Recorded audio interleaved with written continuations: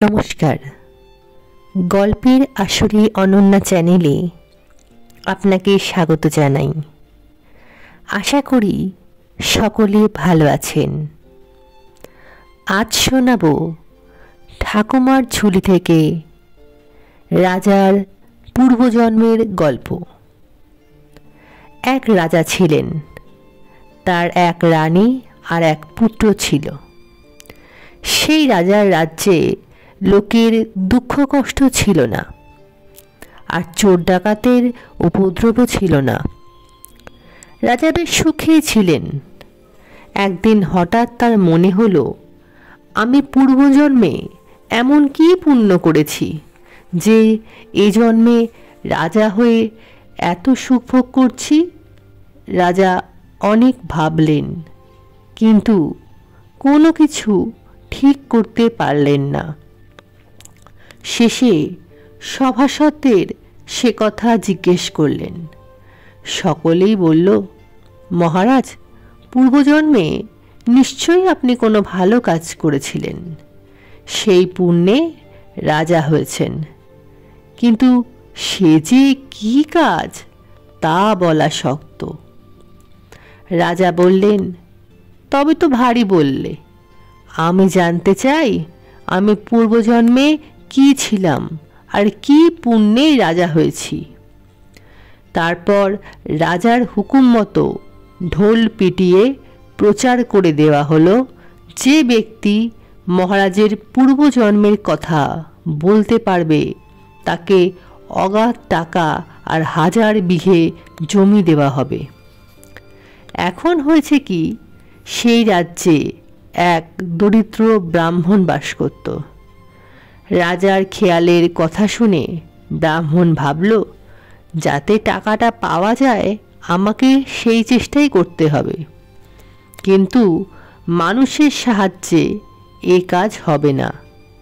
স্তব তুতি দ্বারা কোনো দেবতাকে সন্তুষ্ট করতে পারলে একটা উপায় নিশ্চয়ই বের হবে। তখন ব্রাহ্মণ করল কি, ব্রাহ্মণীকে বলল, ব্রাহ্মণী, আমি মা দুর্গার আরাধনা করতে বনে চললাম। তাকে যদি স্তবে সন্তুষ্ট করতে পারি তবেই ফিরব, নইলে আর বাড়ি আসব না। ব্রাহ্মণী অনেক করে বোঝালো, কিন্তু ব্রাহ্মণ কোনো কথাই শুনল না। সে তখন বাড়ি ছেড়ে এক নিবিড় জঙ্গলে এসে হাজির হলো। সেখানে ব্রাহ্মণ একটা বেলগাছের তলায় বসে এক মনে দুর্গা নাম জপ করতে লাগলো। ব্রাহ্মণের আহার নেই, নিদ্রা নেই, শুধুই দুর্গা নাম জপ। 3 দিন কেটে গেল, তবু ব্রাহ্মণ আসন ছেড়ে উঠল না।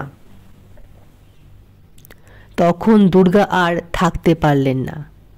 ব্রাহ্মণের সম্মুখে উপস্থিত হয়ে বললেন, তোমার স্তবে আমি সন্তুষ্ট হয়েছি, বলো তুমি কি চাও। ব্রাহ্মণ দুর্গাকে ষষ্ঠাঙ্গে প্রণাম করে বললেন, মা দুর্গা, আমাদের রাজা পূর্বজন্মে কি ছিলেন আর কোন পুণ্যে তিনি এই জন্মে রাজা হয়ে এত সুখভোগ করছেন, আমি তাই জানতে চাই। এ কথা রাজাকে বলতে পারলে আমার দুঃখ দূর হবে। দুর্গা বললেন, ব্রাহ্মণ, আমি তোমাকে সে কথা বলতে পারি, কিন্তু রাজা যদি তোমার কথা বিশ্বাস না করেন তখন কি করবে? তার চেয়ে বরং রাজাকে বলো যে বাড়ির 8 ক্রোশ উত্তরে এক খোঁড়া গয়লা আছে, তার কানা বলদটা রাজার পূর্বজন্মের কথা বলতে পারবে। এই কথা বলে দুর্গা অন্তর্ধান হলেন। মনের আনন্দে ফিরে এসে রাজার সঙ্গে দেখা করে ব্রাহ্মণ বললেন, মহারাজ, আমি আপনার পূর্বজন্মের কথা বলতে পারবো না বটে, কিন্তু যে উপায়ে আপনি জানতে পারেন যদি বলে দিতে পারি, তবে আপনি আপনার প্রতিশ্রুত পুরস্কার দেবেন তো? রাজা বললেন, নিশ্চয়ই দেব।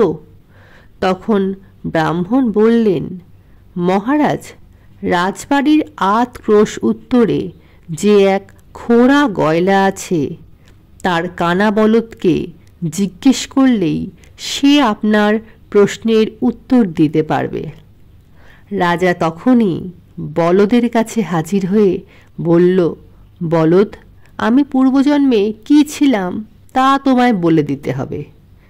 রাজার কথা শুনে বলদটা ছটফট করতে লাগলো। তারপর তার চোখের জল ফেলতে ফেলতে বলল, মহারাজ, রাজবাড়ির দক্ষিণে যে নিবিড় বন আছে, সেই বনের মধ্যে পুকুর ধারে একটা বট গাছ আছে। এক পিশাচী সেই গাছে বাস করে। আপনি তাকে জিজ্ঞেস করলেই এই উত্তর পাবেন। কিন্তু ওই পিশাচীর সঙ্গে রাত্রে ভিন্ন দেখা হবে না, আর বেশি লোকজন নিয়ে গেলে সে দেখা করবে না। আপনাকে একাকী যেতে হবে। সেই রাত্রেই রাজা একাকী পিশাচীর কাছে উপস্থিত হলেন। তারপর সাহসে ভর করে জিজ্ঞেস করলেন, পিশাচী, আমি পূর্বজন্মে কি ছিলাম বলো দেখি।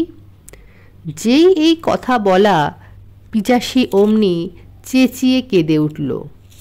সে এমন চিৎকার যে রাজা মূর্ছিত হয়ে পড়লেন। তারপর যখন মূর্ছা ভঙ্গ হলো, তখন সকাল হয়ে পড়েছে। রাজা একটু লজ্জিত হয়ে বাড়ি ফিরে এলেন। পরদিন গভীর রাত্রে রাজা আবার পিশাচীর নিকট উপস্থিত হলেন আর বললেন, পিশাচী, আমি পূর্বজন্মে কী ছিলাম তা বলো। অমনি সে আবার চিৎকার করে কাঁদতে লাগল। কিন্তু রাজা এবার ভয় পেলেন না। তখন পিশাচী কাঁদতে কাঁদতে বলল, মহারাজ, আপনার মন্ত্রীর এক ৮ বছরের মেয়ে আছে। আপনি তাকে জিজ্ঞেস করলেই সব কথা জানতে পারবেন। এ কথা শুনে রাজা বাড়ি ফিরে এলো। পরদিন মন্ত্রীকে ডাকিয়ে জিজ্ঞেস করলেন, মন্ত্রী, তোমার এক ৮ বছরের মেয়ে আছে? মন্ত্রী বললেন, আগে হ্যাঁ মহারাজ। রাজা বললেন, সে মেয়ের বিয়ে হয়নি? মন্ত্রী উত্তর করল, আগে না, অতটুকু মেয়ের আবার বিয়ে কি? রাজা বললেন, আজ রাত ১ প্রহরের সময় তার সঙ্গে আমি দেখা করতে চাই। মন্ত্রী বললেন, বেশ তো, আপনি অনুগ্রহ করে একবার আমার বাড়িতে যাবেন, তাহলেই তার সঙ্গে দেখা হবে। রাত্রে রাজা মন্ত্রীর বাড়িতে উপস্থিত হলেন। মন্ত্রী আগেই তার সুন্দরী মেয়েটিকে প্রস্তুত করে রেখেছিল। রাজাকে দেখে সে প্রণাম করল। মন্ত্রী বললেন, মহারাজ, এই আমার মেয়ে। আপনি কথাবার্তা বলুন, এখানে আর কেউ থাকবে না। তখন রাজা জিজ্ঞেস করলেন, মা, তোমাকে একটা কথা জিজ্ঞেস করছি, ঠিক উত্তর দাও। মেয়েটি বলল, কি কথা বলুন। রাজা বললেন, আচ্ছা বলো দেখি, আমি পূর্বজন্মে কি ছিলাম, আর কোন পুণ্যে রাজা হয়ে এই জন্মে এত সুখ ভোগ করছি। তখন মেয়েটি বলতে লাগলো, মহারাজ, অনেক দিন আগে এদেশে এক গরিব ব্রাহ্মণ ছিল। তার সংসারে স্ত্রী, পুত্র ও পুত্রবধূ ছাড়া আর কেউ ছিল না। সে বেচারা এত গরিব ছিল যে ভিক্ষা করে কোনো রকমে দিনপাত করত। কোনো কারণে একদিন ভিক্ষে করতে না পারলে 4 জন অনাহারে থাকতে বাধ্য হতো। তারপর হয়েছে কি, একবার ভয়ানক ঝড় আরম্ভ হলো। 7 দিন 7 রাত অনবরত ঝড় ও মুষলধারে বৃষ্টি। সে এমন ঝড় বৃষ্টি যে লোকের ঘর থেকে বের হওয়া দায়। ব্রাহ্মণ তো 7 দিন ভিক্ষায় বেরোতে পারল না। কাজে কাজেই সকলকে কেবল বৃষ্টির জল খেয়ে দিন কাটাতে হলো। তারপর 8 দিনের দিন ঝড় বৃষ্টি থামলে ব্রাহ্মণ ভিক্ষে করতে বেরোলো। 7 দিনের ঝড় বৃষ্টিতে সকলেরই খুব কষ্ট হয়েছিল। সকলেই নিজের নিজের ভাবনায় ব্যস্ত। সেদিন কে বা ভিক্ষে দেয়, আর কে বা দয়া করে দুটো মিষ্টি কথা বলে। অনেকেই ভিক্ষা দিল না। কেউ কেউ দূর দূর করে তাড়িয়ে দিল। আর কেউ কেউ বলল, আরে মরছি নিজের জ্বালায়, এখন বলে কি না ভিক্ষা দাও। আরে বাপু, ভিক্ষের কি সময় অসময়ে নেই? আহা, তারা যদি জানতো ব্রাহ্মণ কি কষ্টে পড়ে ভিক্ষে করতে গিয়েছিল, তাহলে কখনোই তারা এমন ব্যবহার করতো না। যা হোক, 2-1 বাড়িতে সে যা কিছু পেল তাই নিয়ে সন্ধ্যের সময় বাড়ি ফিরে এলো। ব্রাহ্মণ যা আনলো সে এত অল্প যে 4 জনের আধপেটা হবার মতোও নয়। কি করা যায়? ব্রাহ্মণী তাড়াতাড়ি সেই কটি রান্না করল। শেষে ভাত নামলে 4 জনের জন্য 4খানা কলার পাতায় তা ঢালল। ব্রাহ্মণ ও তার ছেলে আগে খাবে, শাশুড়ি ও বউ পরে খাবে। তারপর হয়েছে কি, ব্রাহ্মণ ছেলেটিকে নিয়ে খেতে বসেছে। এমন সময় কোথা থেকে 2টি লোক এসে বলল, আমরা ব্রাহ্মণ, আজ 3 দিন কিছু খাইনি, আমাদের 4টি খেতে দিন। তাদের কথা শুনে ব্রাহ্মণের মাথা ঘুরে গেল। ব্রাহ্মণ জানত ব্রাহ্মণ অতিথি সৎকার করতে খুব ভালোবাসে। নিজে না খেয়ে আগে অতিথি দুটিকে খাওয়াবে। তাই সে ছেলেকে ইশারা করল। সে ইশারার মানে হচ্ছে, করতে হয় তোমার বাবা অতিথি সৎকার করুক, আমরা কেন না খেয়ে মরি। চলো, আমরা দুজনের ভাত ঘরের মধ্যে তুলে নিয়ে গিয়ে খাই। যেমনি মা তেমনি ছেলে। মায়ের ইশারা পাবা মাত্র সে পাতাটা তুলে নিয়ে ঘরের মধ্যে ঢুকল, আর তার মাও তাই করল। ব্রাহ্মণী কেবল নিজের আর তার ছেলের কথাই ভাবল। স্বামী কিংবা পুত্রবধূর কথা কিংবা অতিথিদের কথা মোটেই ভাবল না। স্ত্রী ও ছেলের কাণ্ড দেখে ব্রাহ্মণ লজ্জায় একেবারে মরে গেল। পুত্রবধূটি একপাশে ঘোমটা দিয়ে বসেছিল। শাশুড়ি ও স্বামীর আচরণে তার খুব কষ্ট হলো, কিন্তু সে বউ মানুষ, মুখ ফুটে কোনো কথা বলতে সাহস হলো না। তখন ব্রাহ্মণ করল কি, অতিথি দুজনকে ডেকে বলল, আপনারা এই 2 পাতে বসুন। অমনি অতিথি দুজন বলল, তা কি করে হয়? আর 2খানি পাতে ভাত 4 ভাগে ভাগ করুন, আমরা 4 জনেই 4টি খাবো। ব্রাহ্মণ বললে, সে কি কথা, আপনারা অতিথি, আপনারা আগে খান, তারপর আমাদের হবে। কিন্তু তারা কিছুতেই রাজি হলো না। তারা বলল, তা যদি না করেন আমরা আপনার বাড়িতে জলগ্রহণও করব না। ব্রাহ্মণ দেখল মহাবিপদ, অতিথি বিমুখ হলে তো মহাপাপ। অতএব আর কি করে, আর 2খানা কলার পাতা এনে অতিথি দুজনকে ভাত বেড়ে দিল। তারপর আগে তাদের খাওয়া হলে তবে ব্রাহ্মণ ও তার পুত্রবধূ খেতে বসল। ব্রাহ্মণের স্ত্রী ও ছেলে ঘরের মধ্যে বসে খাচ্ছিল।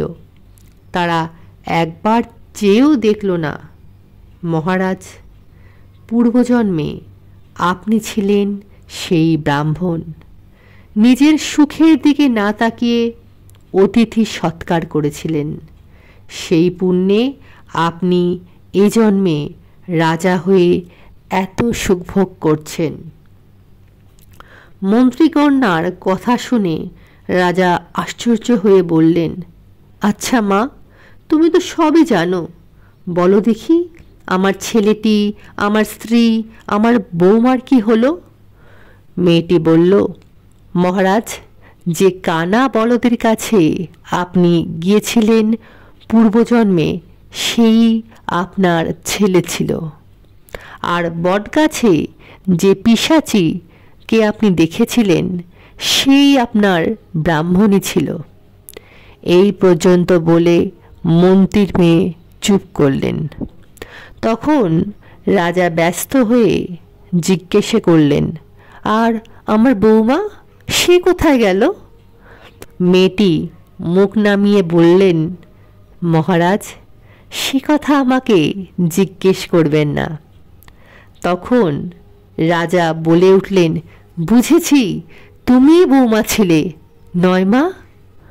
তখন মেয়েটি মাথা নিচু করে রইল, রাজার প্রশ্নের কোনো উত্তর দিল না। তারপর রাজা মেয়েটিকে কোলে করে চুমু খেয়ে মন্ত্রীকে ডেকে পাঠালেন।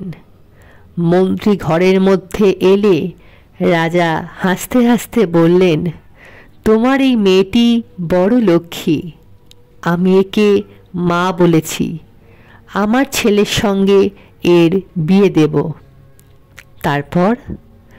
তারপর যথাসময় রাজপুত্রের সঙ্গে বিয়ে হলো মন্ত্রীকন্যার। রাজা, রানী, পুত্র, পুত্রবধূ নিয়ে সুখে কাল কাটতে লাগলো সকলের। বলা বাহুল্য, রাজা সেই গরিব ব্রাহ্মণকে অগাধ টাকা আর 1000 বিঘে জমি দান করলেন। নমস্কার, এতক্ষণ শুনছিলেন ঠাকুমার ঝুলি থেকে একটি ছোট গল্প, রাজার পূর্বজন্মের গল্প। এরকম আরও অনেক গল্প শুনতে সাবস্ক্রাইব করে রাখুন গল্পের আসরে অরণ্যা চ্যানেলটি। খুব শিগগিরই আসছি আরও অনেক নতুন নতুন গল্প নিয়ে। ততক্ষণ ভালো থাকুন ও ভালো রাখুন। নমস্কার।